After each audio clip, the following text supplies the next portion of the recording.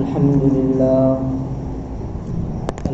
لله نحمده ونستعينه ونستغفره ونؤمن به ونتوكل عليه ونعوذ بالله من شرور أنفسنا ومن سيئات أعمالنا من يهده الله فلا مضل له ومن يضلله فلا هادي له ونشهد أن لا إله إلا الله وحده لا شريك له ونشهد أن سيدنا وسندنا وحبيبنا ومولانا محمدا عبده ورسوله الذي أرسل بالحق بشيرا ونذيرا إن الله وملائكته يصلون على النبي يا أيها الذين آمنوا صلوا عليه وسلموا تسليما اللهم صل وسلم وبارك على سيدنا محمد وعلى آله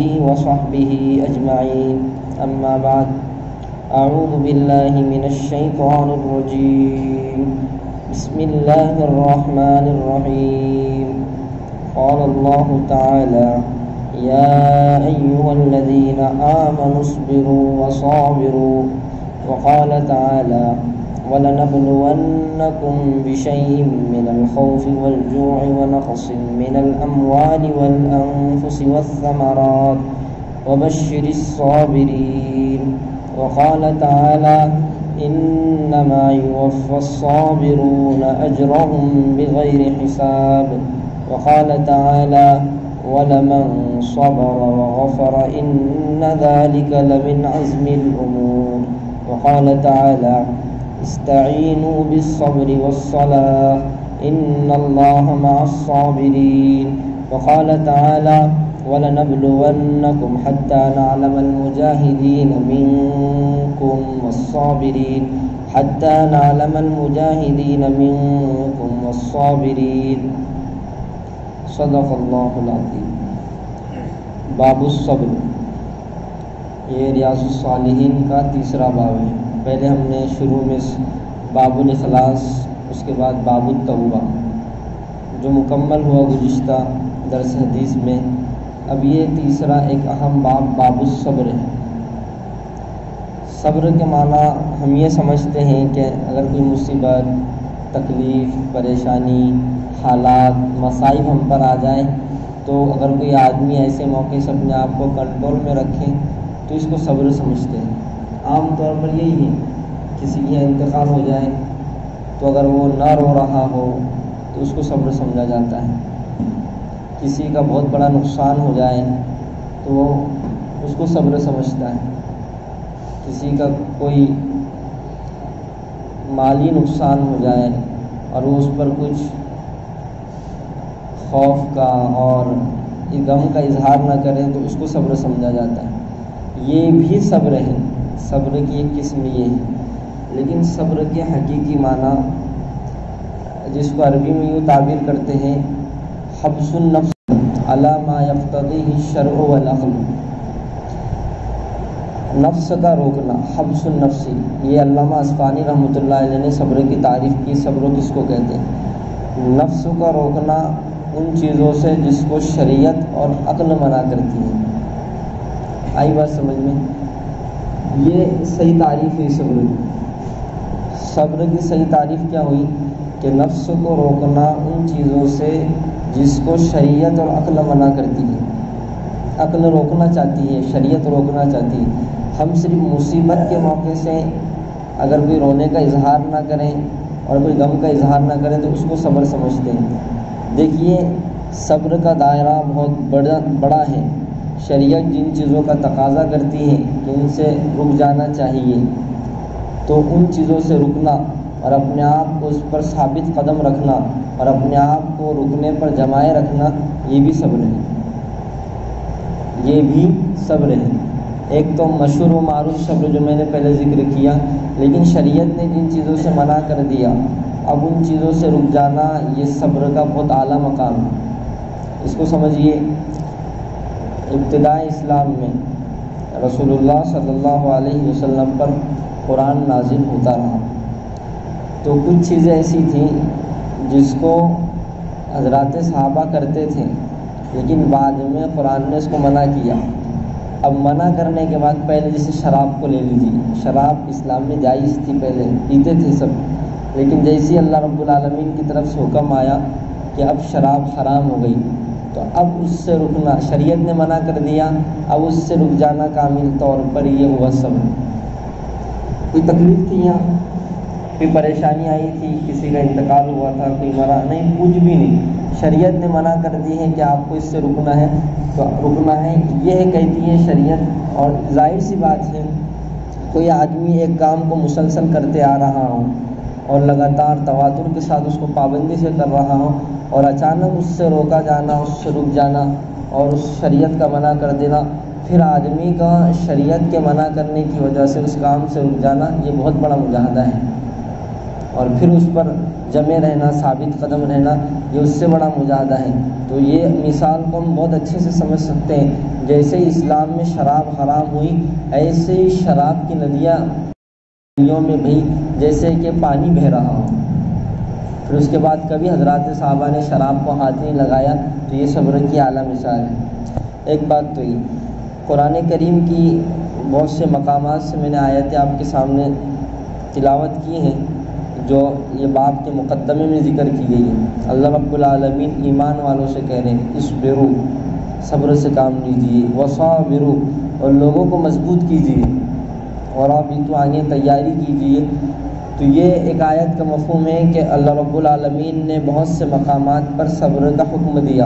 اصبروا یہ امر کا صیغہ ہے، لوگوں کو مخاطب کیا جا رہا ہے کہ مصائب میں، پریشانی میں، حالات میں، تکلیفوں میں صبر کا اہتمام کرنا چاہیے، اور شریعت آپ کو جن چیزوں سے روک رہی ہے تو ان چیزوں سے روکنا، اور روکنے کے اندر آپ کو مجاہدے سے کام لینا پڑے گا، کیونکہ نفس جس چیز کو چاہتا ہے، کرنا چاہتا ہے، اور اس سے رک جانا جب شریعت منع کر رہی ہے تو پھر رکنا ہوگا۔ دیکھیے صبر اس کو بھی کہیں گے کہ ایک آدمی آفر کرے، بینک والے ہمارے سامنے آئے، بچت گھٹ والے ہمارے سامنے آئے اور یہ کہیں کہ ہم 1 لاکھ روپیہ آپ کو دیتے ہیں، کیا کہیں 1 لاکھ آپ کو دیتے ہیں، بچت گھٹ والے آئے 50,000 ہم آپ کو دیتے ہیں، تو آپ کا ان پیسوں کو صرف اس لیے نہ لینا کہ شریعت نے سود کو، لون کو حرام کیا ہے، بچت گھٹ شریعت میں جائز نہیں ہے، ان پیسوں سے رک جانا، جبکہ ایک خواہش تھی کسی کو 1 لاکھ اگر کوئی دے یار تو کوئی کون نہ لے،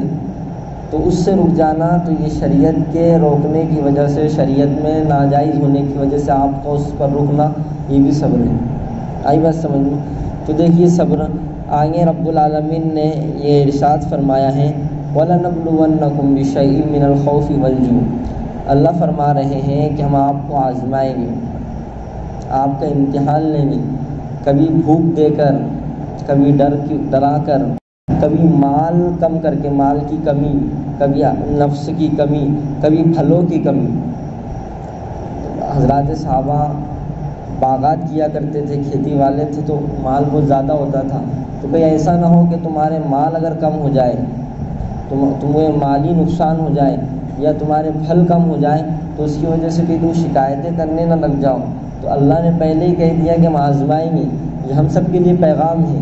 آج معاشی حالات کے اعتبار سے مسلمان بڑے پریشان ہیں، مال کے اعتبار سے کھیتی باڑی والے بھی پریشان اور کاروبار والے بھی پریشان، تو ایسے موقع سے صبر کا اہتمام کرنے کی ضرورت ہے، کیونکہ صبر کا پھل میٹھا ہوتا ہے، یہ مقولہ مشہور ہے۔ تو اللہ رب العالمین کی طرف سے آزمائش آتی ہے، آزمائش 2 وجہ سے آتی ہے، ایک تو گناہوں کی وجہ سے، کیوں کہ بندے مسلسل گناہوں میں ملوث ہوں گے، جیسے قرآن کریم کی آیت ہے وَمَا أَصَابَكُم مِّن مُّصِيبَةٍ فَبِمَا كَسَبَتْ أَيْدِيكُمْ وَيَعْفُو عَن كَثِيرٍ، اللہ فرما رہے ہیں کہ تم پر جو حالات، مصیبتیں آتی ہیں وہ تمہارے گناہوں کے کرنے کی وجہ سے آتی ہیں، لیکن اللہ آگے فرما رہے ہیں وَيَعْفُو عَن كَثِيرٍ، اللہ تعالیٰ بہت زیادہ معاف کرنے والے ہیں، تو بندوں کو چاہیے کہ معافی مانگیں۔ دوسرے جو اللہ کی طرف سے حالات اور مصیبتیں، پریشانی آتی ہیں، بندے کے مقام کو بلند کرنے کے لیے آتی ہیں۔ عام طور پر دیکھ لیجئے حضرت آدم علیہ السلام سے لے کر جناب محمد رسول اللہ صلی اللہ علیہ وسلم تک جتنے انبیاء آئے ہیں، سارے انبیاء علیہ السلام کی زندگی مجاہدات سے بھری پڑی ہے، حالات، تکلیف، پریشانی، لیکن سارے کے سارے انبیاء اکرام علیہ الصلوۃ والسلام نے صبر سے کام لیا۔ کتنا حضور علیہ الصلوۃ والسلام کی آپ سیرت پڑھیے، دیکھیے، اور ایوب علیہ الصلوۃ والسلام کا صبر تو ایسا تھا کہ ان کے صبر کی تو مثالیں دی گئی۔ ان کا صبر کیسا، اللہ نے ان کو بیماری میں مبتلا کیا اور انہوں نے کیسا صبر کیا۔ ہم جیسا کوئی ہوتا تو نہ جانے اتنا صبر نہ کر پاتا۔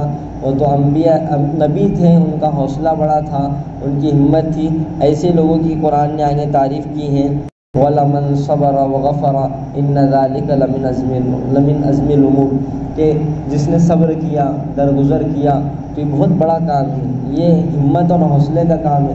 دیکھیے، ایک تو یہ ہے کہ آدمی کو دو اعتبار سے آزمایا جاتا ہے، ایک تو اچھے حالات دے کر آزمایا جاتا ہے اور ایک تو مخالف حالات دے کر۔ امام غزالی رحمۃ اللہ علیہ فرماتے ہیں کہ صبر دو طرح کا ہے، ایک تو موافق حالات میں، یعنی موافق حالات ایسے ہیں کہ آدمی کے پاس مال ہے، جائیداد ہے، اولاد ہے، ساری نعمتیں ہیں، ساری چیزیں اس کے پاس ہیں، ایک تو یہ حالت ہوئی۔ دوسری حالت اس کی یہ ہے کہ مخالف حالات۔ مخالف کا مطلب یہ کہ اس کے پاس مال نہیں، جائیداد نہیں، اولاد نہیں، ہر اعتبار سے وہ پریشان حال رہتا ہے، تو یہ مخالف حالات ہوئی۔ اب امام غزالی رحمۃ اللہ علیہ نے جو کہا نا کہ دو اعتبار سے اس کے صبر کی تقسیم ہوئی۔ اب صبر کی ایک تقسیم تو اموال دے کر، جائیداد دے کر، اولاد دے کر، یہ ایک تقسیم ہو گئی۔ اب دیکھیے، مالداروں کو جو مال دیا گیا ہے تو اس میں صبر، تو اب یہ کیسے سمجھ میں آئے گا کہ صبر کیسے کریں؟ مالدار صبر سمجھ میں نہیں آ رہا نا، ایک آدمی کو مال بھی دیا گیا اور صبر بھی کرے، سمجھ میں آنے والی چیز نہیں ہے۔ آ رہی ہے آپ کے سمجھ میں؟ آپ کو اشکال ہو سکتا ہے۔ یہ تو سمجھ میں آتا ہے کہ ایک آدمی کو کچھ بھی نہ ملا ہو اور وہ صبر کرے، یہ نہیں اللہ نے ہم کو، لیکن ایک کو دیا ہے پھر وہ کیسا صبر؟ تو مفسرین نے، محدثین نے لکھا ہے کہ اس کا صبر یہ ہے کہ اللہ تعالیٰ نے اس کو جو نعمتیں دی ہیں ان نعمتوں کا صحیح استعمال، جو مال اللہ نے اس کو دیا ہے تو مال کو صحیح جگہ لگانا، اللہ رب العالمین کے منشے کے مطابق اس کو خرچ کرنا، یہ صبر ہے۔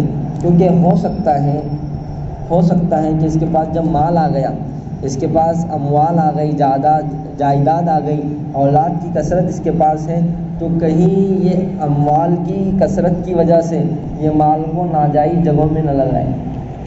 دنیا میں دو طرح کے مصرف ہیں، ایک تو جائز اور دوسرا ناجائز۔ تو آدمی کو چاہیے کہ اب اس کو جو رقم دی گئی ہے، جو مال دیا گیا ہے، اس کو اللہ کے منشے کے مطابق، اللہ کی مرضی کے مطابق لگائے۔ گویا کہ شریعت نے جن چیزوں سے روکا ہے مال کو خرچ کرنے کے اندر، اس کا ان چیزوں سے رک جانا یہ مالدار کا صبر ہے۔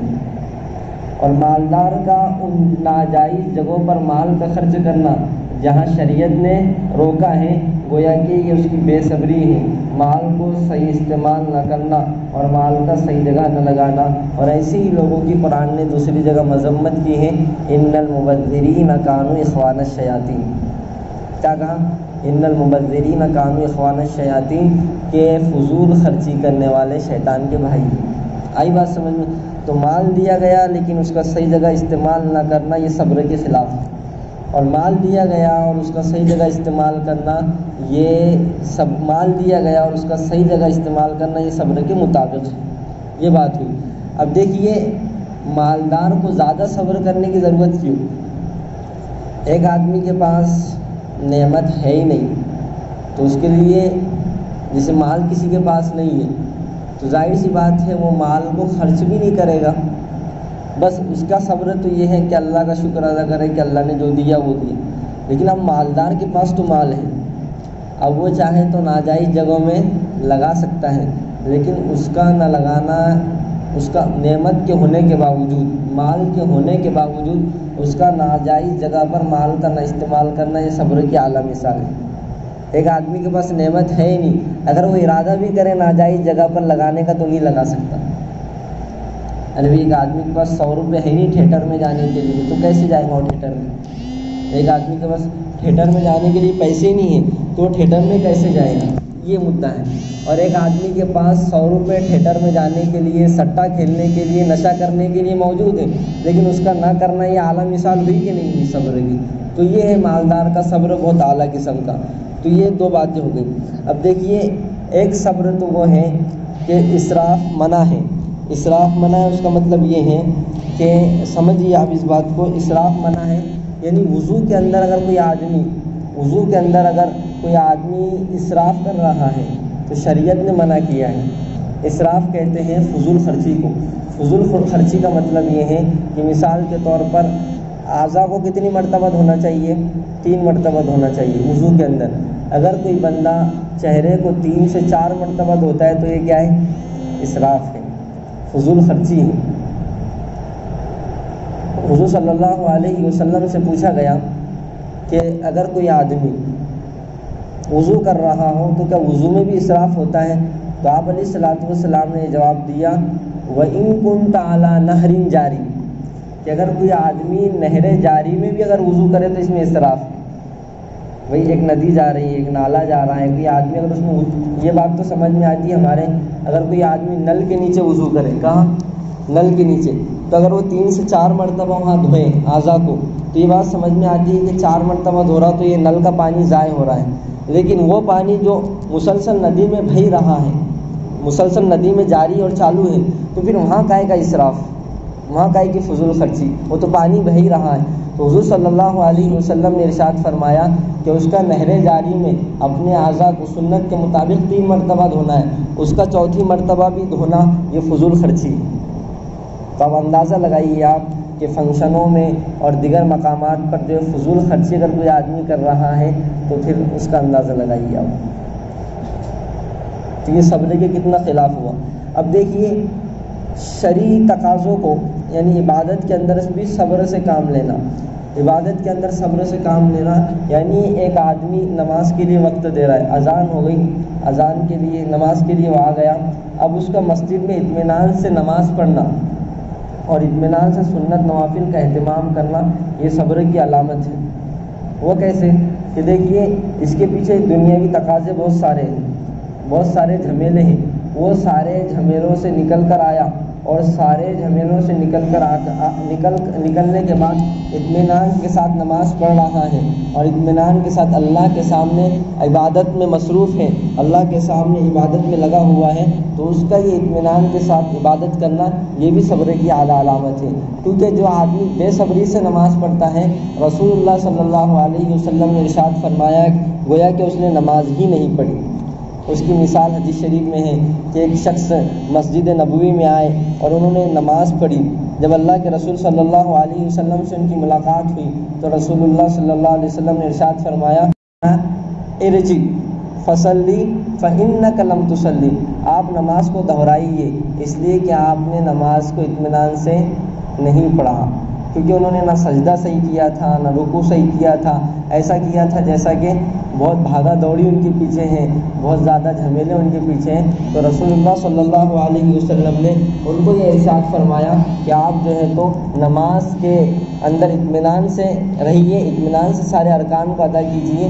تو یہ ان کے اطمینان سے ارکان کو ادا کرنا یہ صبر کی اعلیٰ گویا کی علامت ہوتی تھی، لیکن انہوں نے وہ بجا نہیں لائے، تو اس وجہ سے رسول اللہ صلی اللہ علیہ وسلم نے کہا کہ آپ نماز کو دہرائیے۔ تو ایک بات یہ ہوئی۔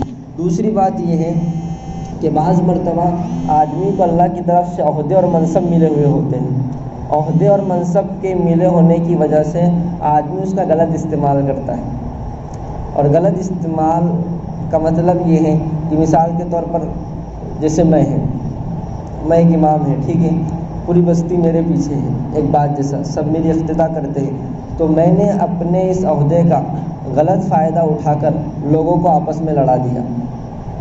اب بات کو سمجھیے، مثال کے طور پر یہ میرے بہت ماشاءاللہ قریبی ہیں، سمجھدار ہیں، میری باتوں کو سمجھ لیتے ہیں، تو ایک کوئی صاحب جو میری مخالفت میں چڑھ رہے ہیں، تو میں نے ان کو بلایا اور بلا کر میں نے ان کے متعلق ان کے سامنے، وہ تو ایسے ہی ہے، وہ تو آج ہمارے معاشرے میں جو چیزیں چڑھ رہی ہیں، مارکیٹ میں معاشرے میں جو ہو رہا ہے ایک دوسرے کے خلاف ورگلانا، تو میں نے ان کو ان کے خلاف خوب سمجھا دیا، یار یہ تو ایسے ہی پریشان کرتے رہتے ہیں۔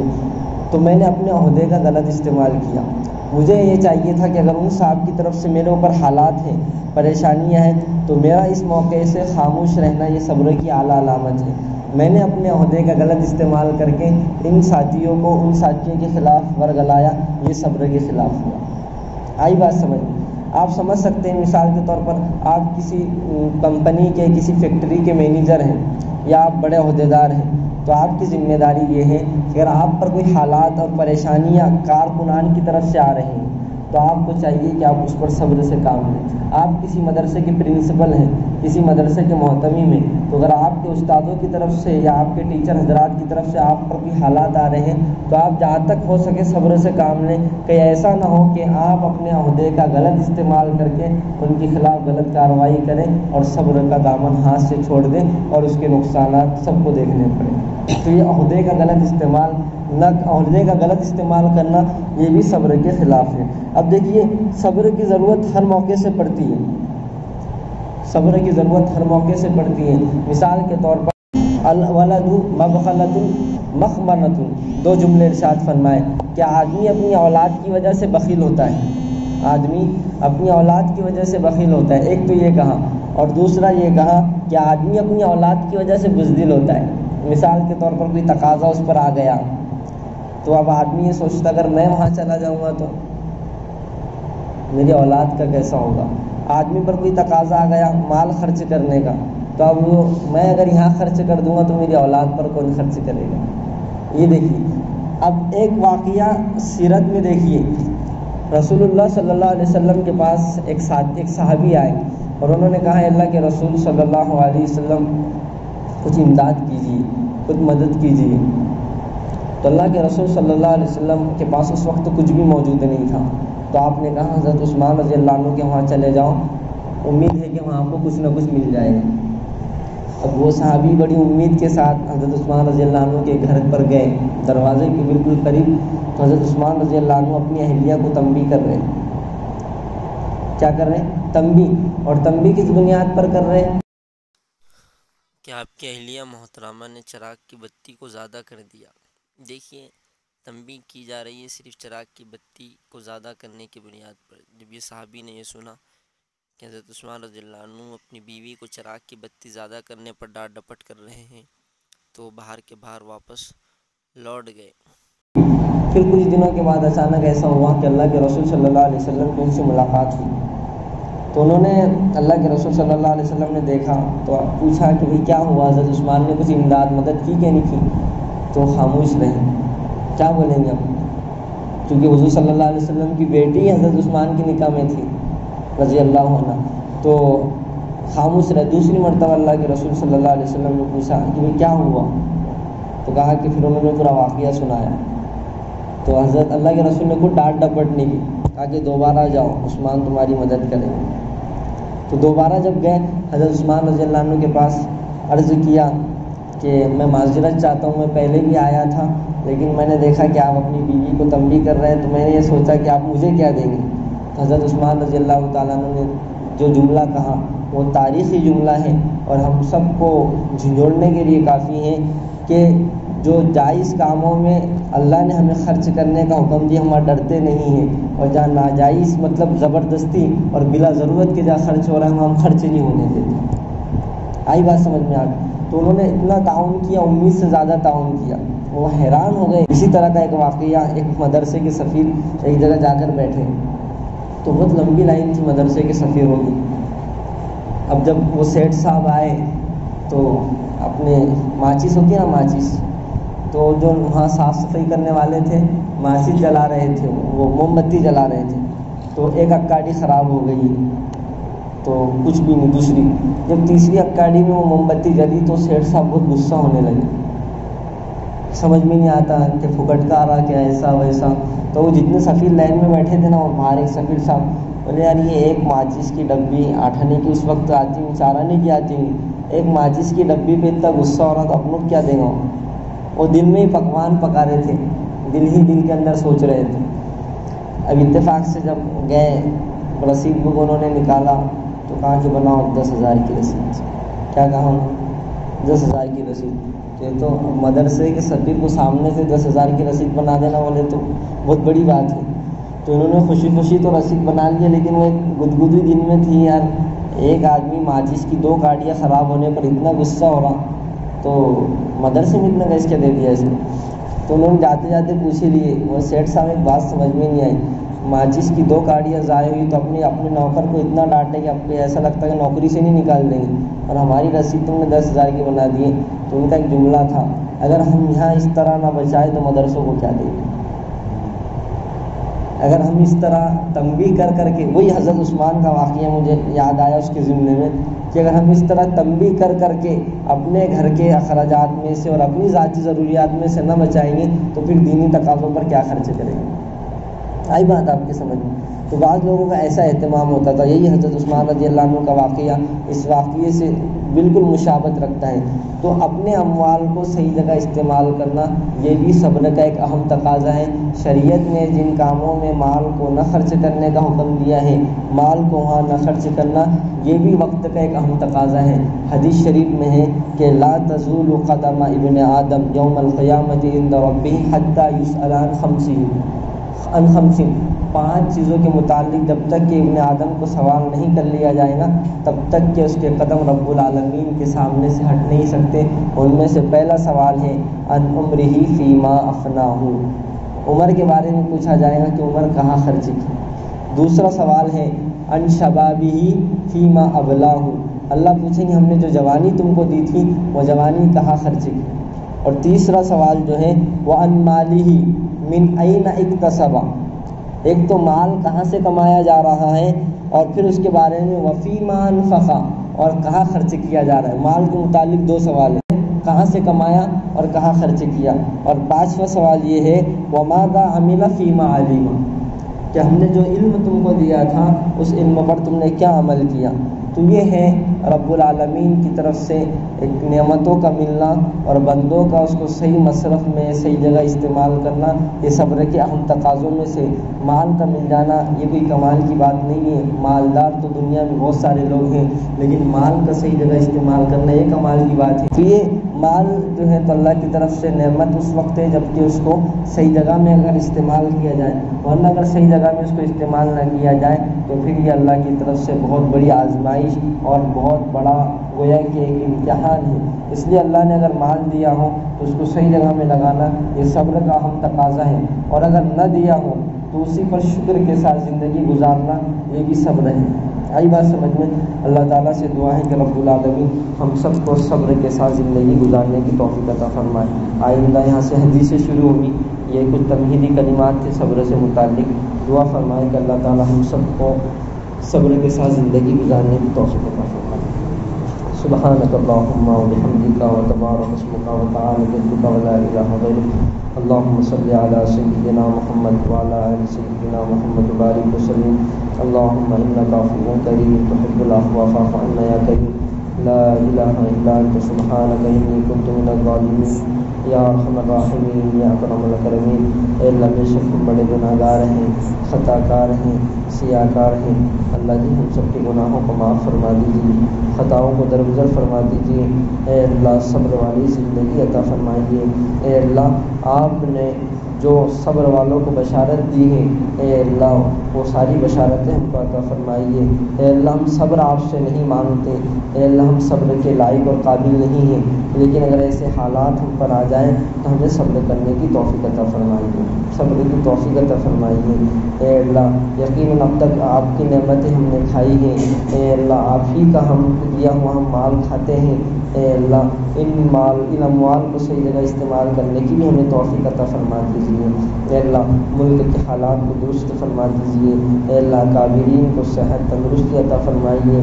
اے اللہ اکابرین کو جو نشانہ بنایا جا رہا ہے اس سے حفاظت فرمائیے۔ اے اللہ حضرت مولانا کریم صدیقی صاحب دامت برکاتہم العالیہ کو جلد جلد رہائی نصیب فرمائیے۔ اے اللہ مقدمے کو آسان فرمائیے۔ اے اللہ غلط الزامات سے اے اللہ چھٹکارا عطا فرمائیے۔ اے اللہ دشمنوں سے پوری امت کی حفاظت فرمائیے۔ اے اللہ دشمنوں کی سازشوں کو انہی پر الٹ دیجیے اور اپنی امت کی حفاظت فرمائیے۔ رسول اللہ صلی اللہ علیہ وسلم کی لاڈلی پیاری امت ہے، اے اللہ خون پسینے سے حضور علیہ السلام نے اس امت کو سینچا ہے، بنایا ہے۔ اے اللہ اس امت پر رحم کا کرم کا معاملہ فرما دیجیے۔ اے اللہ تبلیغی مراکز کی، دینی مراکز کی، خانقاہوں کی، دعوت و تبلیغ کی اے اللہ مدارس و مکاتب کی حفاظت فرمائیے۔ جو کوئی بندے آپ کے راستے میں چل رہے ہیں اے اللہ یقیناً قربانیاں ہیں، گھر بار کو چھوڑ کر، بچوں کو چھوڑ کر چل رہے ہیں، اے اللہ ان کے نکلنے کو قبول فرمائیے، اے اللہ ان کی کفالت فرمائیے، ان کے مصائب کو دور فرمائیے، اے اللہ راحت سکون چین والی زندگی عطا فرمائیے۔ اللہ جن لوگوں نے دعا کے لیے کہا ہے، ہم سے توقع رکھتے ہیں، اے اللہ لکھا ہو یا کہا ہو، اے اللہ ان کی جائز تمناؤں کو پورا فرمائیے۔ اے اللہ آج کی ہماری اس مجلس کو قبول فرمائیے، ہمارے بیٹھنے کو قبول فرمائیے، اے اللہ اس مجلس کو ہم سب کی مغفرت کا ذریعہ بنائیے۔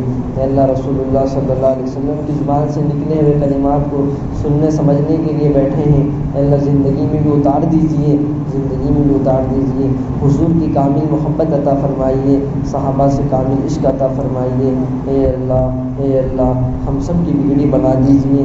اللہ جی آپ کی ایک نظر کی بات ہے، ہماری زندگی کا سوال ہے، اللہ آپ کی ایک نظر کی بات ہے، ہماری زندگی کا سوال ہے، اے اللہ ہمیں بنا دیجیے۔ اے اللہ اس وقت کے آنے سے پہلے ہم سب کو توبہ کی توفیق عطا فرما دیجیے کہ لوگ ہمیں غسل دے رہے ہوں، اے اللہ قبل اس کے کہ لوگ ہمیں غسل جنازہ دیں، آپ غسل توبہ کی توفیق عطا فرما دیجیے۔ قبل اس کے کہ لوگ ہمیں کفن پہنائیں، آپ تقوی کا لباس پہنا دیجیے۔ قبل اس کے کہ لوگ ہمیں قبرستان چھوڑ کر آئیں، آپ ہمیں معاملات کی صفائی ستھرائی نصیب فرما دیجیے۔ اے اللہ جو لوگ بیمار ہیں ان کو شفائے کامل عاجل مستمر عطا فرمائیے، ہمارے اساتذہ والدین کی مغفرت فرمائیے، محبین کی مغفرت فرمائیے۔ اے اللہ جہاں کہیں بھی دین کا کام ہو رہا ہو، اے اللہ اس کو قبول فرمائیے۔ اے اللہ شریروں کی شرارت سے، حاسدین کی حسد سے حفاظت فرمائیے۔ اے اللہ نظام الدین کی ہر چار سمت سے حفاظت فرمائیے۔ اے اللہ حاسدین کی حسد سے، شریروں کی شرارت سے نظام الدین کی پوری حفاظت فرمائیے۔ اللہ حالات کو درست فرما دیجیے۔ اے اللہ ہم نے جو مانگا وہ بھی عطا فرما دیجیے، جو مانگنے سے رہ گیا وہ بھی عطا فرما دیجیے۔ ہماری اس مختصر سی دعا کو اپنے فضل سے رسول اللہ صلی اللہ علیہ وسلم کے صدقے کے فعل میں قبول منظور فرما دیجیے۔ ربنا تقبل منا انک انت السمیع العلیم وتب علینا انک انت التواب الرحیم، آمین برحمتک یا ارحم الراحمین۔